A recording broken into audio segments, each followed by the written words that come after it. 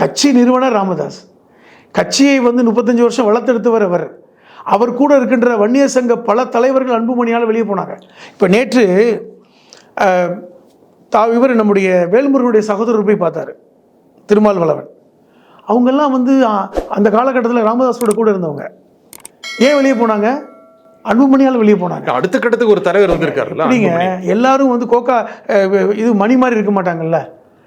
அவர் வந்து அவர் தான் கௌரவ தலைவர் இன்னைக்கு மணி. அவரை எத்தனை தடவை மேடையில் வச்சு அவமானப்படுத்தினார் அன்புமணி தெரியுமா? இன்னும் அன்றைக்கி பல வீடியோக்கள் சமூக வலைத்தளத்தில் இருக்குது. அவருடைய மகனை இளைஞரணி கொண்டு வரணும்னு ஒரு முயற்சி பண்ணார்.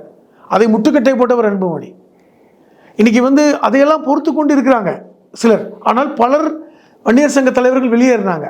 ஆனால் இன்றைக்கி திருப்பி வர்றாங்க என்றால், ஆகா, ராமதாஸ் அவர்கள் உணர்ந்து விட்டார்கள். கட்சி பெருசா குடும்பம் பெருசானா கட்சி பெருசு. ஆனால் கட்சி ராமதாஸ் பக்கமாக இருக்குது இன்னைக்கு. அப்படி அதாவது நீங்கள் அன்புமணி பக்கத்தில் இல்லைங்க. நீங்கள் வந்து அந்த மாவட்ட செயலாளர்கள் கூட்டத்தில் வந்து 120 பேரில் வந்து பெரும்பாலாளர்கள் போகல ரைட்டு. ஆனால் இன்னைக்கு உணர்ந்திருக்காங்க. இன்னைக்கு பெரும்பாலானவர்கள் திருப்பி போகிறாங்க.